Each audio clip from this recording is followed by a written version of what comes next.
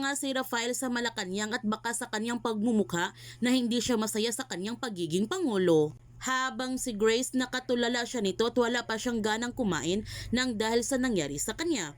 Nilapitan ni Mang Istong ang kanyang anak at sinabihan ito na huwag siyang mag-alala dahil lalaban sila. Ang sabi ni Grace para saan pa ang kanyang ilalaban at pagod na siya nito. Ang sabi ni Mang Istong na may laban pa sila. Di ba sabi ni Atty. Corrales, pwede nila sampahan ng kaso ang pulis na iyon. Pero ayaw na ni Grace na ilalaban ang kanyang kaso dahil hindi nga nila nagawang ipaglaban si Moises. Ang sabi ni Mang Istong na huwag siyang magsalita ng ganyan, nandito na sila, malayo na kanilang narating para ipaglaban si Moises. Ngayon pa ba sila susuko? Nakita ba niya ang mga sumusuporta para sa kanyang kapatid? Dumarami na sila. Naniniwala silang lahat na hindi kriminal si Moises. Ang sabi ni Grace na tama na dahil pagod na siya nito. Kaya wala nang magagawa si Mang Istong sa desisyon ni Grace at nasaktan siya nito dahil sa mga sinapit na kanyang mga anak. Napapansin ni Maxine na dumadami ng mga gwardya sa kanilang paralan. Ang sabi ni Kelvin, dito pa rin kaya nagtatago si Moises. Nagtanong si Maki sa kanyang kapatid na umaasa pa ba siya na makikita niya si Moises dito.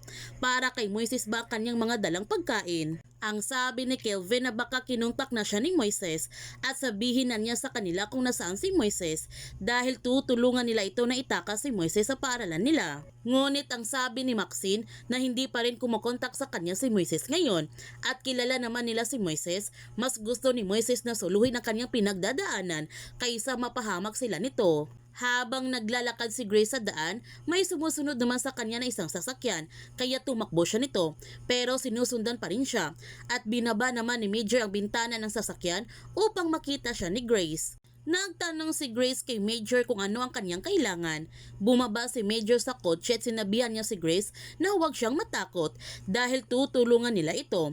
Tutulungan sila ng presidente. Pina-terminate nila si Professor Elmer sa Crestwood dahil sa kanyang connection kay Moises. Nagalit si Professor Elmer sa kanila dahil hindi makatarungan ang kanilang ginawa sa kanya at kung may naninira sa kanya o sa kanilang frat, he believed they are entitled to due process. Hindi sa ganito na automatic termination, ngunit wala nang magagawa si Professor dahil hindi na mababago ang kanilang pasya sa kanyang termination. Gayunpaman, may suspect siya ang mga GSX ng mga Miga Alparo ang tumutulong kay Moises dito sa Crestwood, kaya susugod na sila nito. Sinisi ni Moises sa kanyang sarili sa pag-terminate ni Professor Elmer. Sinabihan ni Professor Elmer si Moises na wala siyang kasalanan. Nandito silang lahat para ipaglaban ang katotohanan, para ipaglaban siya. Nagpasalamat naman si Moises sa kanila pero madami na ang nadadamay. Ang problema nila dito, anong gawin nila? Yung nailagay sa pamataasan na posisyon, yung may impluwensya dito sa Crestwood.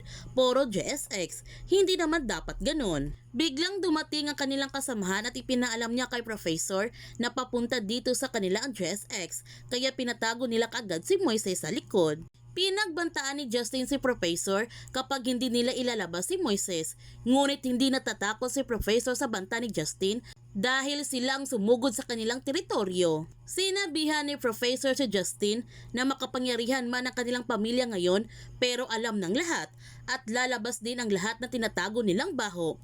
Nagalit si Justin sa mga sinasabi ni Professor kaya sinuntok niya ito at nagkagulo na nga silang lahat. Kaya lumabas na lamang si Moises sa kanyang pinagtataguan dahil susuko na siya nito para wala nang madadamay pa.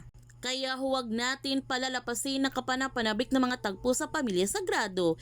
Kung bago ka pa channel ko, don't forget to like, subscribe, and click notification bell para palagi kang updated sa mga videos in-upload ko. Thank you for watching and God bless to everyone.